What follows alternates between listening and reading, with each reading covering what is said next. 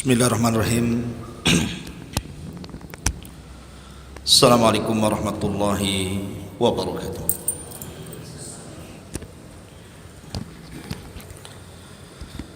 Bihamdillahi wassalatu wassalamu ala rasulillah wa ala alihi wa sahbihi wa mawalah wa la hawla wa la quwata illa billahi wa ba'du. Alhamdulillah, segala puja dan puji hanya milik Allah subhanahu wa ta'ala. Salawat dan salam kita haturkan kepada baginda Nabi besar Muhammad sallallahu alaihi wasallam. Allahumma salli ala sayyidina Muhammad wa ala alihi wa sahbihi wa man sara ala nahjihi ila yaumiddin.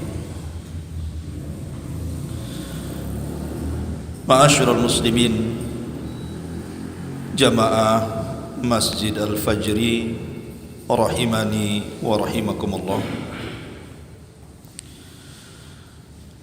Kita lanjutkan kajian kita,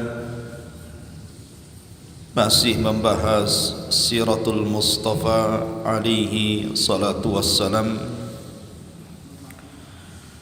Dan kemarin kita sudah menjelaskan tentang peristiwa maha dahsyat Isra dan juga Mi'raj Nabi sallallahu alaihi wasallam. Maka setelah peristiwa ini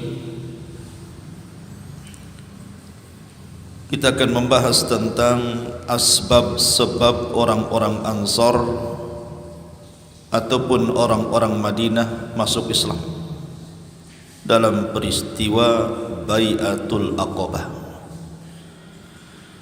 Bahasan di malam hari ini kita akan membahas tentang Bai'atul Aqabah, dan itu sebab masuk Islamnya orang-orang Ansar atau orang-orang Madinah. Ma'asyiral muslimin yang dimuliakan Allah subhanahu wa ta'ala, kita tahu bahwa ketika Nabi sallallahu alaihi wasallam sudah mulai mengalami desakan-desakan dakwah dari orang-orang Quraisy Mekah, maka Nabi sallallahu alaihi wasallam merubah taktik dakwahnya. Ketika di permulaan dakwah, Nabi sallallahu alaihi wasallam berdakwah dengan taktik sirriyah, tidak terang-terangan, door to door, selama 3 tahun.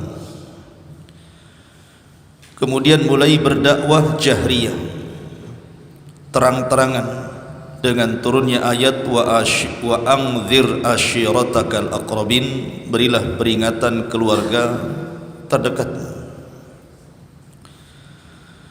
Maka ketika kemudian dakwah secara terang-terangan, banyak sekali tantangan yang dihadapi Nabi sallallahu alaihi wasallam dan juga para sahabat yang ketika itu banyak orang-orang lemah pengikutnya dari kalangan budak. Sampai-sampai Nabi sallallahu alaihi wasallam kemudian berdakwah di luar Mekah ke Taif, pun tidak lepas daripada tantangan yang jauh lebih berat lagi. Tidak ada satupun orang Taif masuk Islam. Maka setelah peristiwa Isra Mi'raj itulah Rasul mengubah dakwahnya lagi, kembali kepada dakwah sirriyah, dakwah tidak terang-terangan, ngajak satu-satu orang. Lah disinilah Nabi SAW berjumpa dengan para pembesar Ansar dari Khazraj. Tidak banyak, beberapa orang saja, nanti saya ceritakan. Lah itu pula yang menyebabkan Nabi SAW kemudian hijrah dari Mekah ke Madinah, karena ada beberapa orang-orang Madinah itu yang masuk Islam. Kemudian mereka pulang membawa kawan-kawannya pada tahun 12 Hijriah, 1 tahun sebelum hijrah. Mereka membawa 70 orang lebih, kemudian melakukan pembaiatan yang disebut dengan Bai'atul Aqabah. Kenapa disebut Bai'atul Aqabah? Bai'at itu sumpah setia. Disebut Aqabah karena tempat bai'atnya namanya Aqabah. Makanya bai'atnya disebut Bai'atul Aqabah. Lah ketika kemudian Nabi SAW mengirim Mus'ab bin Umair ke Madinah dan berhasil mengislamkan tokoh-tokoh besarnya, maka dari sini Nabi SAW punya gambaran bahwa memang Madinah cocok tempat hijrahnya. Karena pada tahun yang disebut dengan Amul Hazni, kita mundur ke belakang sedikit. Pada tahun yang disebut dengan Amul Hazni, tahun kesedihan. Kenapa disebut tahun kesedihan? Karena di tahun itu Khadijah meninggal dunia. Kemudian juga di tahun yang sama pamannya Abu Talib meninggal dunia. Dua orang ini bagaimanapun tidak dilepas daripada perjuangan dakwah Rasul. Walaupun Abu Talib masih kafir dan juga mati di atas kekafiran, tapi karena dia Sayyidul Batha, pemimpinnya orang-orang Arab, maka orang Arab tidak bisa menyentuh Nabi karena harus berhadapan dengan Abu Talib ataupun Khadijah. Sehingga kemudian ketika keduanya meninggal dunia, maka mudah bagi orang-orang Quraisy itu menyakiti Nabi SAW dan juga para sahabatnya. Lah sejak itulah Nabi SAW memerintahkan para sahabat untuk hijrah, tapi bukan ke Madinah, karena belum ada gambaran hijrah ke Madinah. Hijrahnya ke mana? Ke Ethiopia, Al-Atyubi. Bahasa kitanya Ethiopia, orang Arab menyebutnya Atyubi, atau bahasa lainnya negeri Habasyah. Di situ ada raja yang sangat adil, namanya Ashamah ibn Afjur. Maka orang-orang yang pertama hijrah tidak banyak. Tetapi kenapa kemudian, apa penyebabnya? Kenapa Nabi SAW mengizinkan para sahabat untuk hijrah ke Habasyah? Ada beberapa penyebab yang disebutkan oleh para ulama. Pertama, karena ta'dzibu Quraisyin lil muslimin. Orang-orang musyrik itu sudah mulai mengadab, menyiksa orang-orang Islam, terutama yang lemah-lemah dari kalangan budak seperti Bilal ibn Rabah, kemudian Hubbab ibn Arad, kemudian juga Zunairah, dan yang paling parah adalah keluarga Ammar ibn Yasir, sampai Sumayyah dibunuh. Kemudian Yasir pun dibunuh di tangan Abu Jahal, kecuali Ammar ketika itu masih kecil. Maka kalau ini dibiarkan akan terus terjadi pembantaian. Makanya untuk menjaga agama, Nabi mengizinkan mereka hijrah ke Habasyah. Kemudian yang kedua, al-ibti'adu anil zulmi alladhi kanu yu'anuna minhu, supaya mencegah tidak ada lagi kezaliman. Sehingga kalau seandainya orang-orang ini sudah hijrah, siapa lagi mau disakiti? Tidak ada kezaliman lagi. Kemudian juga yang ketiga, dikhawatirkan kalau seandainya kemudian penyiksaan demi penyiksaan itu terus dilakukan, bisa-bisa iman para sahabat itu goyah. Boleh jadi nanti murtad lagi karena tidak tahan. Makanya Nabi membiarkan mereka hijrah. Kemudian juga ada sisi ekonomi, karena orang-orang Mekah itu kan biasa berniaga, yang biasanya mereka berniaga kalau tidak ke Yaman, ke Syam. Boleh jadi ketika mereka hijrah ke Ethiopia bisa ada ladang baru untuk berdagang, membuka areal baru, karena mereka memang ahli berniaga. Yang bisa mengalahkan Cina itu orang Arab sebenarnya, karena sama-sama pedagang. Kemudian juga ta'minul musa'adati fil majalil askari min kibalil ahbas, karena alasannya di negara Ethiopia itu kaumnya tidak suka dengan kekerasan, sehingga negeri itu sangat aman sekali, cocok memang untuk hijrah itu. Kan ada pilihan sebenarnya, ke Yaman bisa, ke Syam bisa. Kenapa ke Ethiopia? Karena dikenal Ethiopia itu memang negerinya aman, rajanya adil walaupun Nasrani. Kemudian juga tidak ada orang Arab yang ke situ masalahnya. Kalau ke Yaman masih ada banyak orang Arab kan gitu ya. Nanti ketemu lagi orang-orang Quraisy di sana. Ataupun ke Syam ketemu lagi dengan kerombongannya Abu Jahal. Nah, kalau ke Ethiopia kan tidak ada orang yang hijrah ke sana ataupun berniaga ke Habasyah gitu ya. Lebih aman lagi di sana. Ditambah-tambah sekali lagi, Nabi SAW sangat paham siapa rajanya, siapa Ashamah ibn Afjur yang menguasai Afrika kala itu ya, menguasai negeri Ethiopia. Makanya ini salah satu jasa besar daripada Raja Ethiopia kala itu, Ashamah ibn Afjur atau dikenal dengan Najasyi, sebab orang-orang Afrika tersebarnya Islam di sana karena berbangga dengan rajanya. Sampai hari ini di Afrika kan tersebar. Di masa Utsman ibn Affan radhiyallahu an, Utsman orang yang pertama kali menyeberangkan tentara lewat lautan. Belum ada sejarahnya. Di zaman Nabi belum ada perang laut. Di zaman Abu Bakar juga sama. Di zaman Umar sebenarnya sudah didesak. Ketika Muawiyah menjadi gubernur Syam itu, Muawiyah minta, karena pasukan kaum muslimin sudah kuat, minta sama Umar agar Umar ini mengizinkan kaum muslimin diseberangkan lewat lautan. Tetapi Umar kemudian berdiskusi dengan para pedagang dan bertanya kondisi lautan. Macam mana kondisi lautan itu? Orang naik kapal itu rasanya seperti apa? Ketika melihat bahayanya lebih besar, maka Umar mengatakan, demi Allah saya tidak akan menyeberangkan satu pasukan pun di lautan. Ketika Umar meninggal dunia, kemudian Utsman menjadi khalifah. Utsman didesak lagi oleh Muawiyah.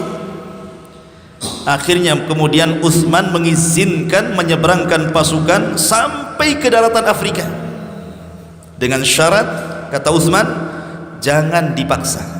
Mau ikut silahkan, tidak ikut tidak apa-apa. Maka Muawiyah mempersiapkan pasukan menyeberangi lautan, akhirnya membebaskan Afrika. Tersebarlah Islam di Afrika sana, dan orang Afrika bangga dengan rajanya. Ethiopia itu Raja Habasyah. Kenapa? Karena satu-satunya raja di zaman Nabi yang beriman adalah Ashamah ibn Afjur, Raja Najasyi. Taib, ma'asyiral muslimin yang dimuliakan Allah Azza wa Jalla, itu diantara kenapa sebab kaum muslimin kemudian sampai hijrah ke Habasyah. Dan di sini ada faedah besar. Satu, as-sabru ala syiddati wal bala fi sabilillah, bahwa seseorang itu dilatih kesabaran ketika menghadapi sebuah ujian yang sangat berat di jalan Allah. Harus sabar. Tekanan-tekanan dakwah di Quraisy itu perlu dengan kesabaran. Alhamdulillah antum masuk Islam sejak kecil sampai hari ini nggak ada yang merongrong agama antum. Maksudnya dari luar. Sekarang yang merongrong agama itu bukan dari luar, dari dalam. Orang Islam sendiri yang menjelek-jelekan Islam. Orang-orang Islam sendiri yang berusaha mengaburkan ajaran Islam. Kalau dulu jelas-jelas musuhnya. Sehingga di Mekah saja mereka sudah sabar sedemikian rupa. Kemudian hijrahnya dari Mekah ke Ethiopia ini Bukan hijrah yang kaling-kaling, bukan hijrah dekat jaraknya. Tidak ada pesawat, tidak ada kendaraan, paling tinggi naik unta. Unta pun makhluk hidup, bisa capek, bisa lelah. Di tengah jalan bisa saja ada perampok, kemudian dengan cuaca ekstrim yang sangat panas, dingin yang bersangatan, macam-macam. Tapi bagaimana iman para sahabat itu luar biasa, ikhwan. Saya enggak yakin kalau antum hidup di zaman itu suruh hijrah ke Habasyah, bagus kelonan aja di rumah. Mana bisa ngaji saja ya, dari Bengkong ke sini ya juga mikir-mikir, soal yang serius saja mau ngaji ya. Ma'asyiral muslimin yang dimuliakan Allah Azza wa Jalla. Jadi di sini kita melihat ada ibrah sabarnya para sahabat, itu luar biasa, contoh terbesar. Kemudian yang kedua, sabatul mu'minin ala aqidatihim wa dinihim. Bagaimana kuatnya agama para sahabat, luar biasa. Betul-betul digembleng oleh Allah Azza wa Jalla dengan berbagai macam ujian, mereka tidak murtad. Tidak ada satupun sahabat Rasul yang murtad, tidak ada. Hanya orang Syiah saja yang mengatakan Abu Bakar murtad sepeninggal Nabi, Umar murtad sepeninggal Nabi, Utsman murtad, Aisyah, Hafsah, dan hampir mayoritas sahabat murtad kecuali beberapa para sahabat katanya. Pertama Salman Al-Farisi, Miqdad ibn Aswad, Abu Dzar Al-Ghifari, Ali bin Abi Thalib. Enak kali murtadkan Abu Bakar. Kalau kita banding-bandingkan Abu Bakar dengan Ali, jauh. Abu Bakar itu orang nomor 2 setelah Nabi, dari segi iman, dari segi pengorbanan, dari segi apapun. Bagaimana mereka mengatakan Abu Bakar kafir, Umar kafir? Mana akalnya? Tidak ada satu sahabat yang murtad. Ma'asyiral muslimin yang dimuliakan Allah Azza wa Jalla. Kemudian juga faedahnya di sini, lihat bagaimana kasih sayang Rasul kepada sahabatnya. Rasul tidak mau ada orang yang disiksa lagi. Makanya Nabi SAW memiliki kasih sayang yang luar biasa kepada umatnya. Daripada engkau ditekan, disiksa di sini, sudahlah cari tempat yang tenang ibadah di sana. Ini bentuk kasih sayang Nabi pada umatnya. Dan dari sini pula Allah sedang mempersiapkan bagi orang-orang yang beriman bahwa Islam ini bukan hanya milik orang Arab. Dengan hijrahnya para sahabat ke beberapa negara di luar Arab, Allah sedang mempersiapkan bahwa Islam juga akan tersebar di Afrika. Dan betul di zaman Utsman, Afrika dikuasai kaum muslimin. Dan hari ini banyak orang Islam di sana. Ma'asyiral muslimin, bagaimana kisah hijrah ini?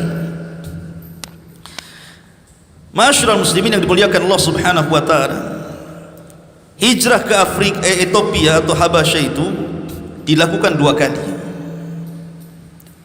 Yang pertama al-hijratul ula ilal Habasyah, hijrah yang pertama ke Habasyah.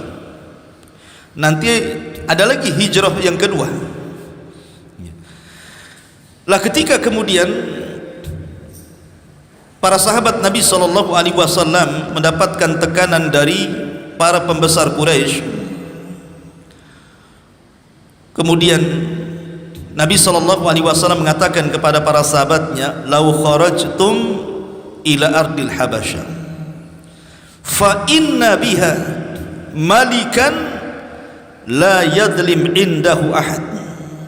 Kata Nabi SAW, kalau kalian sudah tidak kuat lagi di sini, boleh kalian hijrah, cari tempat yang aman.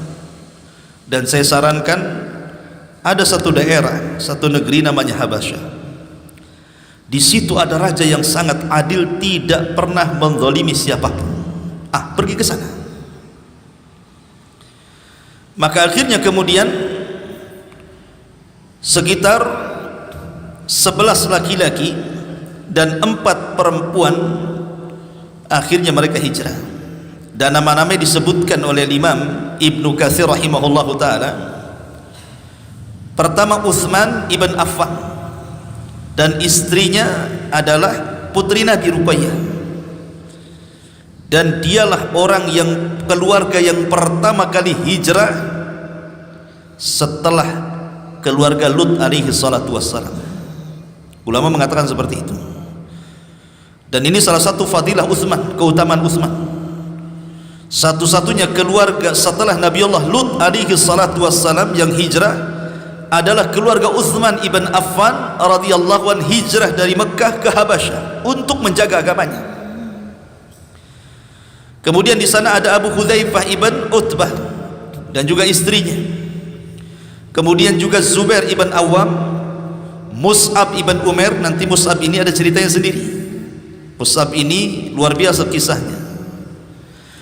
Kemudian juga ada Abdurrahman ibn Auf Ma'ruf, seorang pedagang besar, kaya raya, dermawan. Kemudian Abu Salamah ibn Abdil Asad. Kemudian Utsman ibn Mad'un. Kemudian Amir ibn Rabi'ah.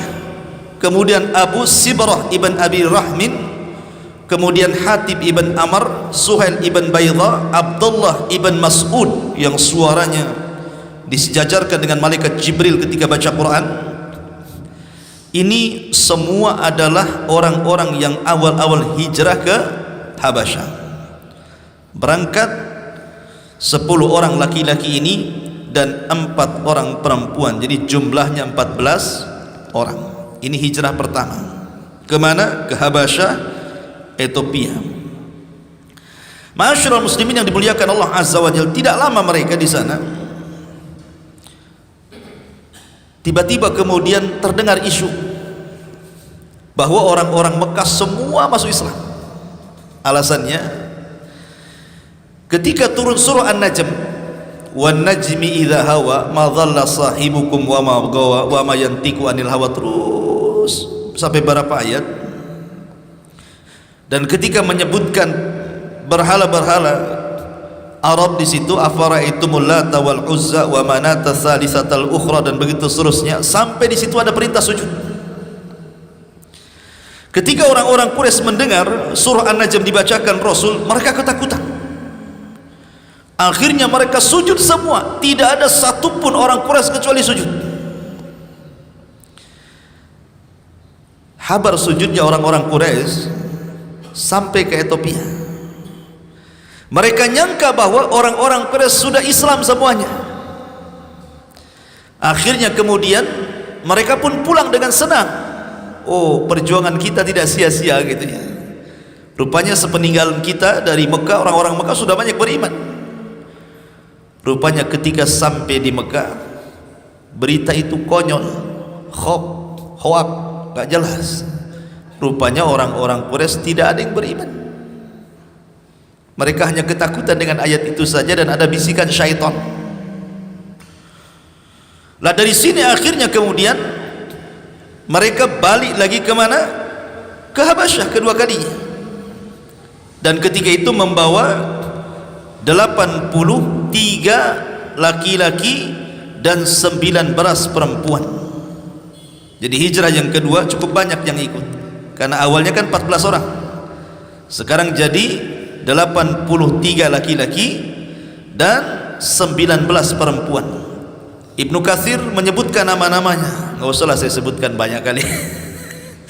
80 banyak kan ya, nggak usahlah, pokoknya sekitar segitu mereka hijrah ke Habasyah kedua kalinya. Ma'asyiral muslimin yang dimuliakan Allah Subhanahu wa taala, ketika mereka di Habasyah, rupanya orang-orang musyrik itu memang mereka itu tidak mau membiarkan sahabat Nabi itu tenang. Subhanallah, masih diganggu juga. Padahal sudah nggak di Mekah lagi, mereka udah nggak ganggu lagi, maksudnya udah nggak ngajak-ngajak orang lagi masuk Islam, sudah tidak buat risih lagi itu. Mereka sudah di Habasyah, sudah beda negara, terbentang dengan lautan, apalagi. Rupanya para pembesar Quraisy ini ada kekhawatiran, kalau seandainya mereka hijrah ke sana, Islam pula berkembang di sana, balik pula ke Mekah nyerang mereka. Nah, suudahnya orang-orang Mekah itu ya.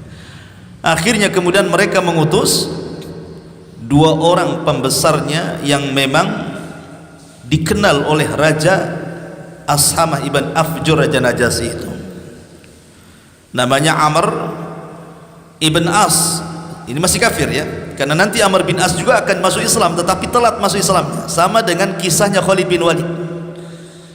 Amr bin As dan Khalid bin Walid ini orang-orang yang telat masuk Islam. Rasul sudah hijrah lama di Madinah baru datang masuk Islam. Makanya peperangan yang pertama kali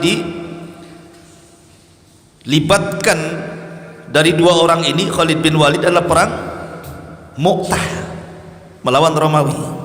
Itu perang pertama yang dilalui oleh Khalid ibn Walid radhiyallahu anhu. Lah, yang diutus pertama adalah oleh pembesar Quraisy ini pertama Amr ibnul As dan Ammarah ibn al-Walid. Dua orang ini dua-duanya pembesar dan seorang peniaga. Namanya peniaga itu karena mereka suka kesana kemari. Jadi mereka ke Persia, ke Romawi, jadi kena raja-raja. Dua orang ini, Amr bin As ini, jadi bukan orang biasa. Termasuk juga Raja Najasyi mereka kenal. Makanya para pembesar Quraisy ini menyuruh dua orang ini untuk datang ke Raja Najasyi memberikan hadiah agar memulangkan orang-orang hijrah itu, kembalikan ke Mekah. Itu tujuan jeleknya di situ. Tapi Najasyi itu, ikhwan, raja cerdas. Dia seorang yang taat walaupun beragama Nasrani, suka baca kitab, sehingga banyak pengetahuannya tentang agama langit Najasyi ini. Sementara Amr bin As dan Ammarah ini orang musyrik, tidak paham soal agama-agama langit. Mereka orang musyrik. Datanglah mereka kepada Najasyi, merayu dengan memberikan hadiah agar mengembalikan para sahabat yang sudah sampai di Habasyah dalam hijrah itu, suruh balik lagi ke Mekah. Tapi Najasyi, sekali lagi orang cerdas, tidak langsung memberikan begitu saja, tetapi mengajak dialog. Dipanggillah para sahabat Nabi SAW yang tadi saya sudah sebutkan, di antaranya Utsman bin Affan, ada Ja'far bin Abi Thalib dan begitu seterusnya. Kemudian Raja Najasyi berdialog. Dialognya adalah, kenapa kalian tidak mengikuti agama mereka dan juga tidak masuk agama kami? Kan aneh gitu ya, tidak ikut kepada agama orang-orang musyrik, ketika sampai di Habasyah kalian pun tidak memeluk agama kami. Sebenarnya agama kalian itu apa? Gitu loh maksudnya. Cerdas Raja Najasyi kan. Tapi lihat jawaban Ja'far ibn Abi Thalib, orator. Dia mengatakan, ayyuhal malik, wahai tuan raja, kunna kauman ahlal jahiliyah, dulu kami kaum di atas kebodohan. Na'budul asnam, dulu kami menyembah berhala. Wa na'kulul mayyitata, kami memakan bangkai.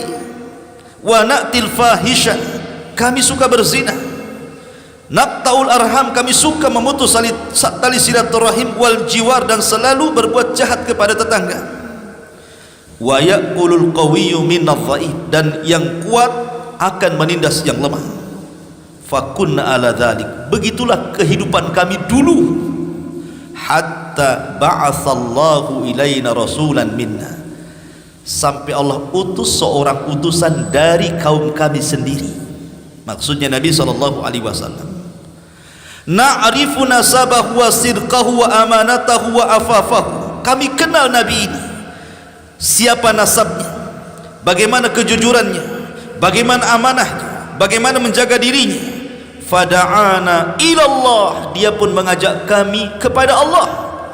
Linuwahidahu wa na'budahu wa nakhla'a ma kunna na'budu nahnu wa aba'una min dunihi minal hijarati wal awthan. Kemudian Nabi ini, Rasul SAW, mengajak kami hanya mentauhidkan Allah, hanya beribadah kepada Allah. Disuruh kami melepas semua keyakinan nenek-nenek moyang kami yang mengajarkan kami untuk menyembah pohon dan berhala. Wa amarana bisidqil hadis, dia memerintahkan kami supaya jujur kalau bicara. Kemudian wa adail amanati, memerintahkan kami untuk menjaga amanah. Wasilatir rahim, menyambung silaturahim. Wa husnil jiwar, berbuat baik kepada tetangga. Wa kafi anil maharim wad dimah, agar kami jangan melakukan yang haram dan juga jangan sampai menumpahkan darah. wa nahana 'anil fawahish, kami dilarang berzina, wa qauliz zur, berdusta dengan perkataan, wa akli malil yatim, memakan harta anak yatim, wa qadfil muhsanati, menuduh wanita baik-baik pezina, wa amarana an na'budallaha wahdah, dan kami juga diperintahkan hanya mengesahkan Allah, la nusyrik bihi syai'an, tidak boleh menyekutukan dengan siapapun. Wa amarana bis salati waz zakati was siyam, Nabi itu juga memerintahkan salat, kemudian zakat, kemudian puasa. Maka fasaddaqnahu wa amannahu bi wattaba'nahu ala ma jaa bihi minallah, sebab itulah kami benarkan dia, kami beriman dengan dia, kami ikuti dia, apapun yang datang dari Allah kita ikuti. Maka kami menjadi hamba-hamba tauhid dan tidak pernah menyekutukan Allah. Kami mengharamkan yang Allah haramkan kepada kami, kami menghalalkan yang Allah halalkan kepada kami. Kemudian tiba-tiba ketika kami seperti ini, orang-orang ini, maksudnya siapa? Amr bin As dan Ammar ini, orang-orang ini dan pengikutnya, fa'adzabuna, dia menyiksa kami, wa fattanuna an dinina, memfitnah kami, liyarudduna ila ibadatil authan min ibadatillah, memaksa kami untuk kembali murtad menyembah berhala, dan kami disuruh menghalalkan dari yang haram. Kemudian falamma qaharuna wa zalamuna wa dhayyaqu alaina, ketika mereka maksa kami, mendolimi kami, menyempitkan kami, halu baina wa baina dinina kharajna ila biladika, kami pun sempit dada kami, terpaksalah kami hijrah ke negerimu. Lihat alasan sahabat kan. Dengan sebab inilah kami hijrah ke negerimu wahai raja.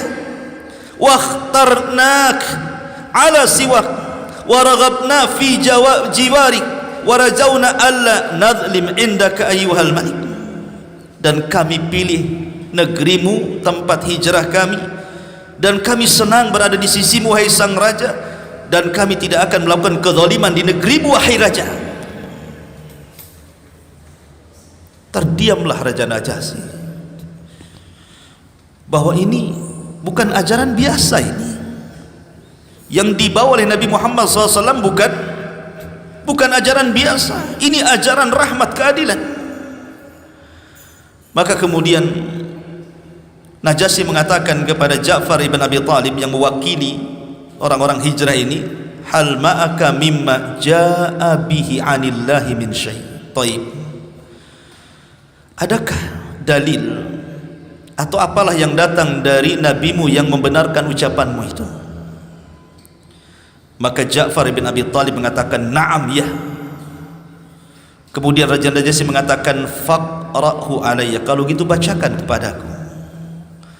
Akhirnya kemudian Raja Najasyi mendengarkan bacaan Quran yang dibaca Ja'far ibn Abi Talib yang sangat indah, ka ha ya ain sad, dzikru rahmati rabbika 'abdahu Zakaria idh nada rabbahu nidaan khafiyah, sampai kepada wadhkur fil kitabi Maryam idin tabadat min ahliha makanan syarqiyya fattakhadat min dunihim hijaban fa arsalnaha ilaiha ruhana fatamassala laha basharan sawiyya, ila akhir surah Maryam.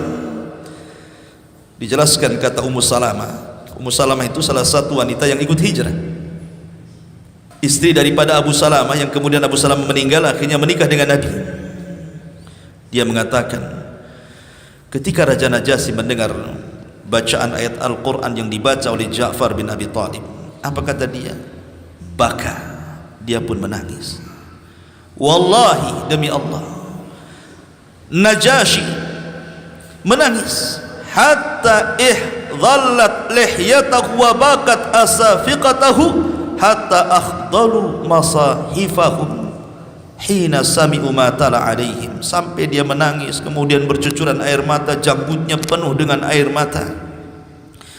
Tiba-tiba Najasyi mengatakan, inna hadza walladzi jaa bihi Isa la yakhruju min miskatin wahidatin in talaqa fala wallah la usallimuhum ilaikuma. Kata Najasyi, demi Allah, orang yang kau maksudnya Nabi SAW, dia telah membawa persis yang dibawa oleh Isa bin Maryam. Maka nabimu dengan Isa bin Maryam membawa dari satu sumber. Demi Allah, aku tidak akan serahkan mereka semuanya kepada kalian berdua. Pergilah kalian berdua, ambil hadiah ini, agar diusir sama Najasyi. Lihat. Tapi lihat jeleknya siapa? Orang-orang Quraisy kan. Orang sudah enggak ganggu lagi, masih juga dikejar-kejar. Tetapi bagaimana sahabat Nabi SAW, mereka pandai berhujjah. Sebab itulah mereka istiqamah dalam agama. Makanya pentingnya ilmu, ikhwan. Karena hanya dengan ilmu lah orang bisa istiqamah itu. Jangan tinggalkan majelis ilmu, di mana saja ada majelis ilmu antum hadir. Karena hanya dengan itu antum bisa istiqamah. Ma'asyiral muslimin yang dimuliakan Allah Azza wa Jalla. Kembali ke depan. Tadi kan kita tarik ke belakang, kita tarik ke depan. Kita tinggalkan orang-orang yang hijrah di Habasyah. Kita kembali ke Mekah. Ketika tahun 12 Hijriah atau 11 Hijriah, artinya 2 tahun lagi Rasul hijrah. Karena Rasul tinggal di Mekah itu usia dakwahnya 13 tahun. Dan diangkatnya beliau menjadi nabi di usia 40 tahun. Berarti usia beliau di Mekah itu sekitar 53 tahun baru hijrah. Baru di Madinah 10 tahun, ketika genap 63 tahun beliau wafat. Jadi kebanyakan hidupnya tinggal di Mekah. Makanya berat, ikhwan. 50 tahun lebih Nabi tinggal di negerinya, tiba-tiba diusir, suruh meninggalkan negerinya. Coba antum tiba-tiba kemudian diusir dari Indonesia, antum disuruh kemana gitu kan? Kalau mungkin asalnya Malaysia, diusir ke Malaysia, udah jelas negaranya kan itu. Tetapi ini kan tempat kelahirannya di Mekah. Tiba-tiba kemudian diusir ke tempat yang bukan asal kelahirannya, kan berat, ikhwan. Berat sekali tantangan Rasul itu. Dan Rasul tahu bagaimana posisi Mekah itu adalah negeri yang paling mulia. Negeri pertama kali diibadahi di permukaan bumi itu Mekah. Belum ada negeri orang beribadah, di Mekah sudah ada sejak diciptakan langit dan bumi. Adam alaihi salatu wassalam, disitulah dia mengatakan, Rabbana zalamna anfusana wa illam taghfir lana wa tarhamna lanakunanna minal khasirin. Kalimat taubat pertama yang diucapkan Adam di negeri Mekah, Arafah. Jadi Nabi SAW seolah-olah kemudian bicara dengan tanah haram, tanah Mekah. Demi Allah, engkau tanah yang paling kucintai, yang paling bersih, yang paling indah, macam-macam dipuji Rasul. Kalaulah bukan karena kaumku mengusirku, aku tidak akan meninggalkan dirimu. Sedihnya Nabi meninggalkan Mekah ini. Tetapi ikhwatu fiddin, ada alasannya kenapa Rasul kemudian akhirnya memilih kota Yathrib dulunya, kemudian disebut Madinah setelah hijrahnya Rasul. Ada sebabnya. Ketika 11 Hijriah, para pembesar Ansor dari Khazraj dulu, karena Ansor itu terbagi menjadi 2 kabilah. Satu kabilah Khazraj dan satu kabilah Aus. Dan Khazraj itu lebih besar daerahnya dibandingkan Aus. Sehingga kemudian banyak orang-orang Khazraj datang ke Mekah untuk haji. Tentu haji ala jahiliyah, ya kan? Karena belum sampai hidayah kepada mereka, yang disebut dengan nuqaba Ansar, para pembesar Ansar. Ma'asyiral muslimin yang dimuliakan Allah Subhanahu wa taala, siapa saja mereka itu? Orang-orang yang kemudian awal-awal dari kalangan Ansar yang hijrah ataupun yang melaksanakan haji. Ma'asyiral muslimin yang dimuliakan Allah Azza wa Jalla. Pertama, 6 orang dari kalangan Khazraj itu. Satu namanya As'ad ibn Zurarah. Kemudian yang kedua, nanti As'ad ini perannya besar nanti ketika tersebarnya Islam di Madinah, nanti saya ceritakan. As'ad ibn Zurarah ini luar biasa. Kemudian Auf ibnul Harith. Kemudian Rafi ibn Malik. kemudian Qutbah ibn Amir ibn Hudaidah, kemudian Uqbah ibn Amir ibn Nabi, kemudian Jabir ibn Abdullah. Ini Jabir ini juga terkenal sahabat Rasul, putra dari tokoh namanya Abdullah ibn Haram. Ada ceritanya sendiri, menarik. 6 orang ini di tahun 11 Hijriah mereka haji ke Mekah. Kemudian mendengar di Mekah itu ada orang yang mengaku Nabi. Dan ingat, pernah saya ceritakan di sini, salah satu penyebab besarnya kenapa orang-orang Ansar masuk Islam, karena mereka sebelum masuk Islam mereka sudah mendengar maklumat kenabian. Sudah tahu orang-orang Ansar itu dari mana? Dari orang-orang Yahudi. Karena orang-orang Yahudi itu mereka rela ratusan tahun tinggal di Madinah, hijrah loh dari Yerusalem Palestina. Ketika kalah perang akhirnya mereka hijrah sampailah ke Yathrib, Madinah. Padahal banyak tempat-tempat bagi orang Yahudi yang Allah berikan kecerdasan, maksudnya tempat-tempat yang nyaman untuk hijrah itu banyak. Mereka bisa ke Yaman, negerinya hijau. Mereka bisa ke Syam, negerinya maju. Kenapa pula kemudian mereka hijrah ke Yathrib, Madinah?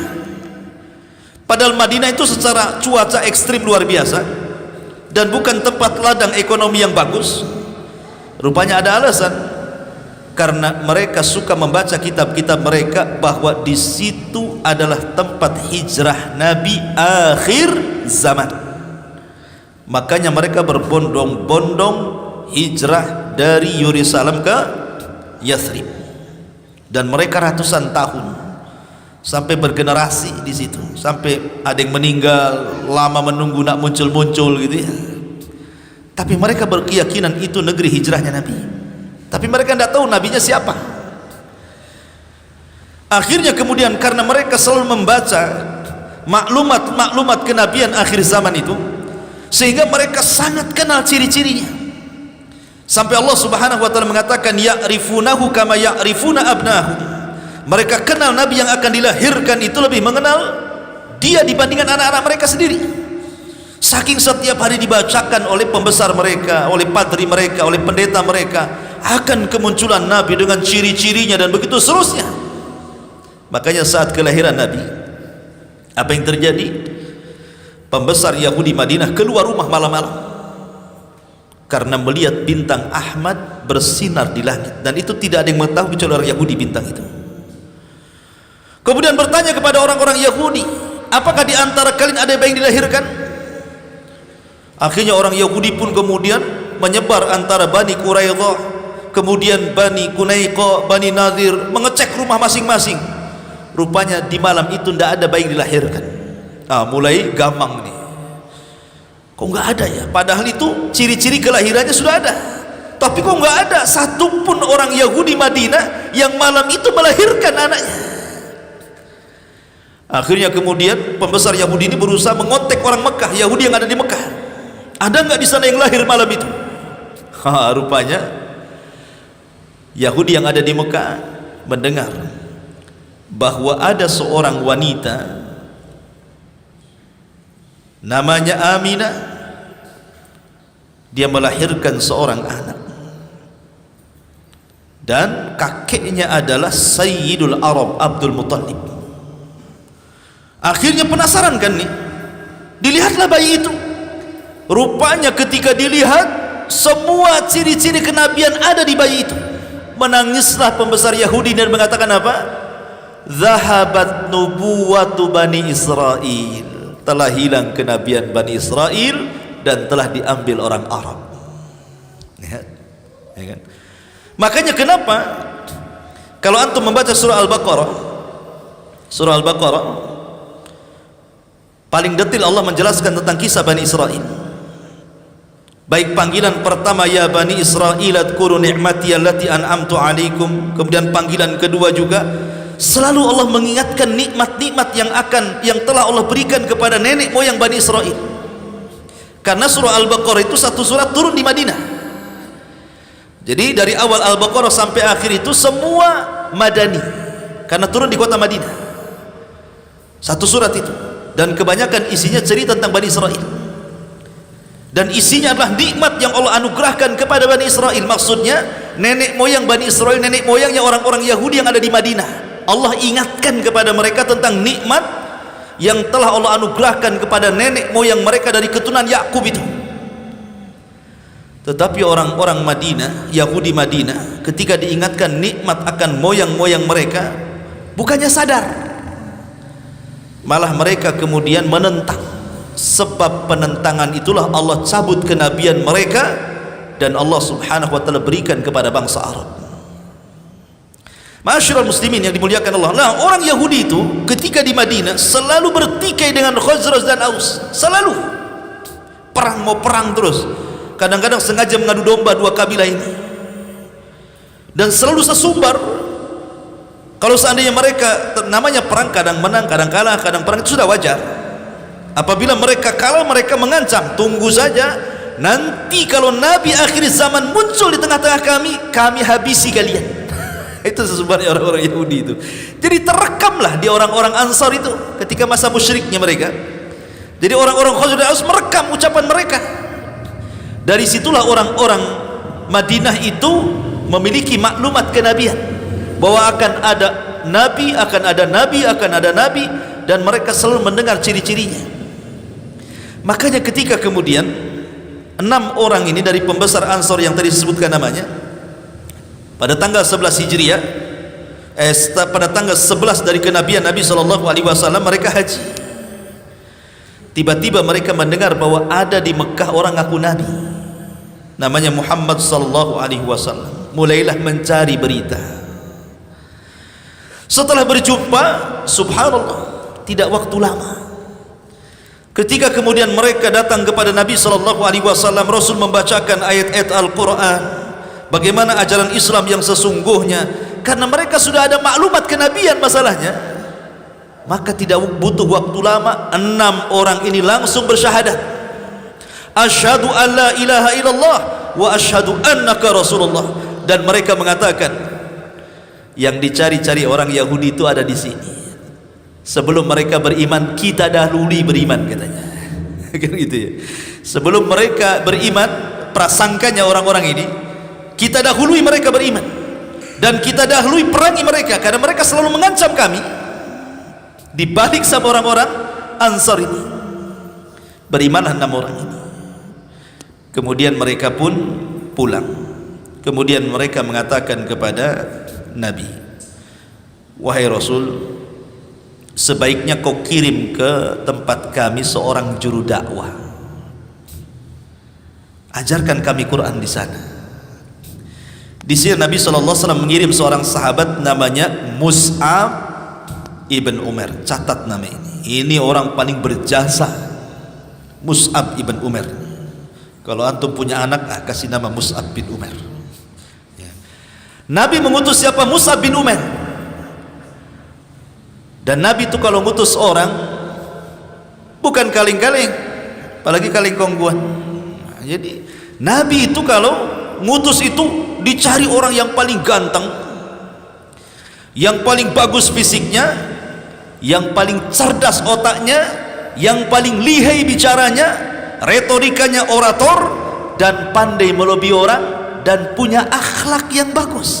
Lembut orangnya Mus'ab bin Umair ini. Subhanallah, Nabi itu tidak sembarang utus orang. Kayak antum ini gak kepilih kalau hidup di zaman itu. Mudah emosi. Jadi Mus'ab bin Umair dipilih. Berangkatlah Mus'ab bin Umair ke Madinah. Yang dituju kabilah namanya Abdil Ashhal, kabilah besar di Madinah. Ma'asyiral muslimin yang dimuliakan Allah Azza wa Jalla. Lah dari sinilah kemudian Mus'ab pun berangkat menuju kota Madinah. Sesampainya di Yathrib, maka Mus'ab bin Umar ini kemudian tinggal di rumah siapa? As'ad ibn Zurarah. Karena As'ad itu tadi dari 6 orang yang pertama masuk Islam dari para pembesar Ansar. Maka As'ad, karena dia yang minta kepada Rasul mengutus Mus'ab bin Umar, maka Mus'ab pun menginap di rumah As'ad ibn Zurarah. Lah di sini ma'asyiral muslimin yang dimuliakan Allah Azza wa Jal, tiba-tiba ketika mendengar orang-orang Yathrib ini, Khazraj dan Aus ini, terutama orang-orang Aus dulu ya, karena Khazraj tadi sudah masuk Islam duluan kan. Nah, kita cerita orang Aus sedikit. Jadi di Aus itu ada dua pembesar tokohnya Aus, namanya pertama Sa'ad ibn Mu'adz. Ini wali Allah, kematiannya bergoncang arsy Allah. Bayangkan makhluk Allah terbesar bisa bergoncang gara-gara kematian siapa? Sa'ad ibn Mu'adz. Ini tokoh pertama Aus. Kemudian di sana ada namanya Usaid ibn Hudzair, wali Allah juga. Dia kalau baca Quran malaikat turun. Nanti ada ceritanya kalau antum baca sirah sahabat, sirah Usaid ibn Hudzair. Oh, itu kalau baca Quran malaikat turun, bercahaya langit itu. Jadi yang satu karomahnya arasnya bergoncang itu ya, yang satu karomahnya malaikat turun. Dua orang ini wali Allah betul. Jadi ketika mendengar As'ad ibn Zurarah ini membawa orang aneh dari Mekah, membawa ajaran baru dari Mekah, marahlah Usaid ibn Hudzair ini. Dia pengen mengusir orang itu. Datanglah Usaid bin Hudzair menuju rumahnya As'ad ibn Zurarah itu. Datang-datang ada maki-maki itu Usaid bin Hudzair ini, dan mengancam-ngancam gitu. Ngapain orang Mekah datang ke Madinah katanya? Apakah engkau akan membodohi orang-orang lemah di antara kami?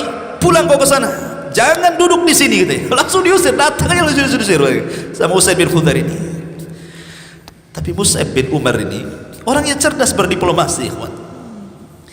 Dia mengatakan kepada Usaid bin Hudzair, begini wahai Tuan Usaid, gimana kalau seandainya kau duduk sebentar? Aku akan menjelaskan tentang agama yang kubawa. Kalau seandainya cocok dengan telingamu, alhamdulillah. Kalau tidak cocok, saya balik. Tidak usah diusir. Kan enak tuh bahasanya kan. Objektif namanya ya. Kalau kau memang apa yang saya akan bacakan kau suka, alhamdulillah. Enggak suka, saya balik. Selesai. Tidak ada usir-usiran di sini. Lah Usaid bin Hudzair ini orang cerdas. Dia pembesar, tidak mungkin seseorang dijadikan pembesar kalau tidak cerdas kan gitu ya.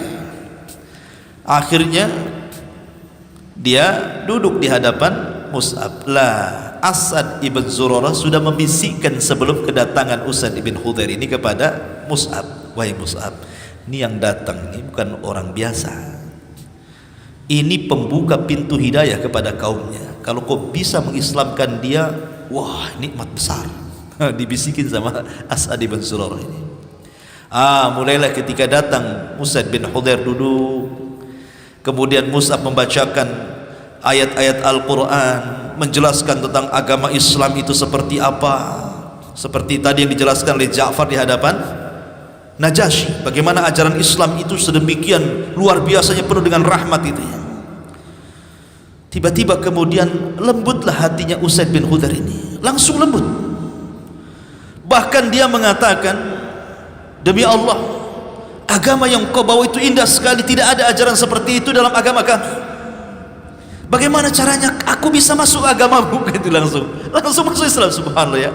Dia sahabat ikhwan, sekali dibacakan Quran masuk iman ke hati mereka itu. Kita hari-hari dibacakan Quran keras saja hati kita, tidak jelas gitu ya. Itulah hati kita ini keras sekali, tidak banyak maksiat mungkin hati kita keras ini ya.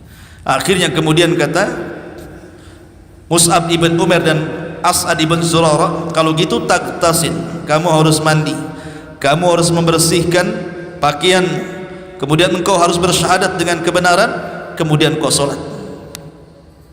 Akhirnya dia pun mandi, kemudian dia pun membersihkan dirinya, kemudian kembali bersyahadat, kemudian dia pun melaksanakan sholat.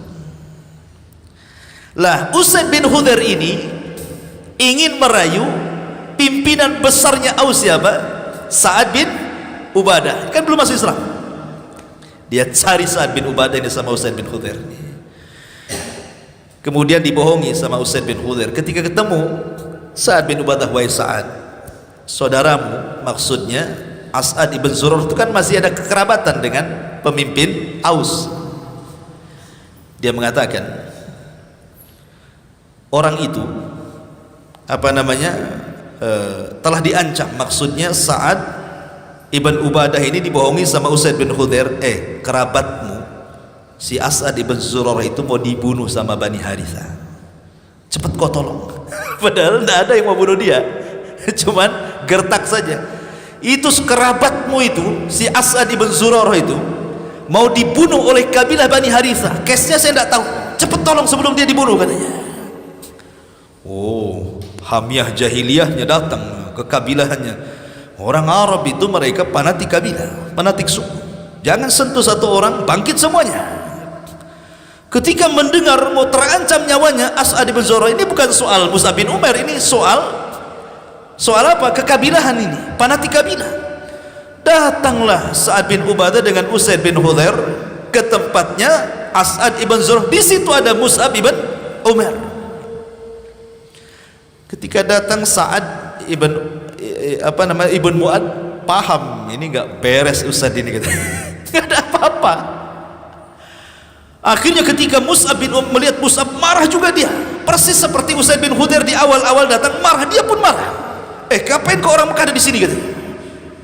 Kau mau menipu orang-orang lemah di sini? Pergi kau ke Mekah, katanya. Diusir juga. Sekali lagi kata Mus'ab, Sa'ad, sinilah dulu. Saya akan bacakan dulu. Kalau kau cocok, alhamdulillah. Enggak cocok, saya pergi, katanya. Persis seperti yang dikatakan kepada Usaid bin Khudair.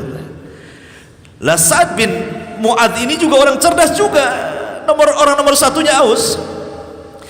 Akhirnya duduk juga lah Sa'ad bin Mu'adz ini, didengerin apa yang dibacakan oleh Mus'ab bin Umair ini. Subhanallah, masuk lagi hidayah. La haula wala quwata illa billah. Luar biasa ini dakwanya Mus'ab bin Umair ini. Dua pembesar Aus masuk Islam dalam satu waktu. Akhirnya kemudian setelah maklumat Islam masuk kepada otaknya Sa'ad bin Mu'adz ini, maka Sa'ad bin Mu'adz langsung pulang kemana? Ke kaumnya Bani al-As'ar. Dia pembesar kaumnya, semua takut sama dia. Dikumpulkan satu kabilah dia, orang-orang Aus itu. Langsung to the point saja, kata Sa'ad bin Mu'adz, aku sudah masuk Islam. Kemudian dijelaskan bagaimana ajaran Islam kepada kaumnya. Siapa di antara kalian yang tidak mau masuk Islam, jangan bicara selamanya denganku. Diancam mereka nih. Subhanallah ya. Ini enaknya nih kalau pemimpin ngomong begini. Karena pemimpin itu mudah membuka pintu hidayah manusia. Kalau dia baik, baik semua rakyatnya. Kalau dia jahat, jahat juga lah kan itu. Katanya Sa'ad bin Mu'adz, siapapun yang tidak masuk dalam Islam, tidak mengucapkan dua kalimat syahadat, jangan bicara denganku. Takutlah kaumnya, dia pembesar. Apalagi Usaid bin Khudair juga pembesarnya udah masuk Islam. Akhirnya satu semua satu kabilah masuk Islam. Aus itu bayangkan, luar biasa. Karena Khazraj sudah lebih dahulu masuk Islam, ya kan, pembesarnya sudah ke Mekah duluan di musim haji kan. Ini kan cerita Aus di sini. Akhirnya merembetlah kepada siapa? Pembesar Khazraj. Siapa? Sa'ad ibn Ubadah. Ketika dua manusia ini masuk Islam, Sa'ad bin Mu'adz dan Sa'ad bin Ubadah, dua Sa'ad, mudah ngapalnya. Sa'dan, dua Sa'ad, satu Sa'ad bin Mu'adz, satu Sa'ad bin Ubadah, satu pemimpin Aus, satu pemimpin Khazraj. Ketika dua-duanya masuk Islam, satu kabilah Aus masuk Islam, satu kabilah Khazraj masuk Islam, itulah disebut dengan Ansar. Kalau antum pengen tahu siapa Ansar itu, Ansar itu gabungan dari dua kabilah, Khazraj dan Aus. Pemimpin Aus Sa'ad bin Mu'adz, pemimpin Khazraj Sa'ad bin Ubadah. Inilah sebab Islamnya orang-orang Ansar. Ya, paham sampai di sini? Maka akhirnya kemudian mereka datang pada tahun ke-12 kan itu ya.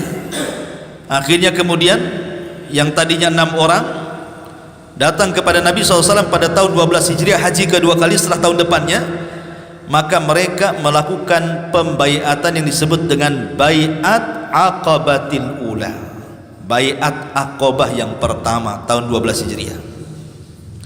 Kemudian terjadi lagi pembaiatan yang kedua yang disebut dengan bai'ah Aqabah Tsaniyah. Baiat yang kedua itu ketika pasca hijrah, mendekati waktu hijrah Nabi,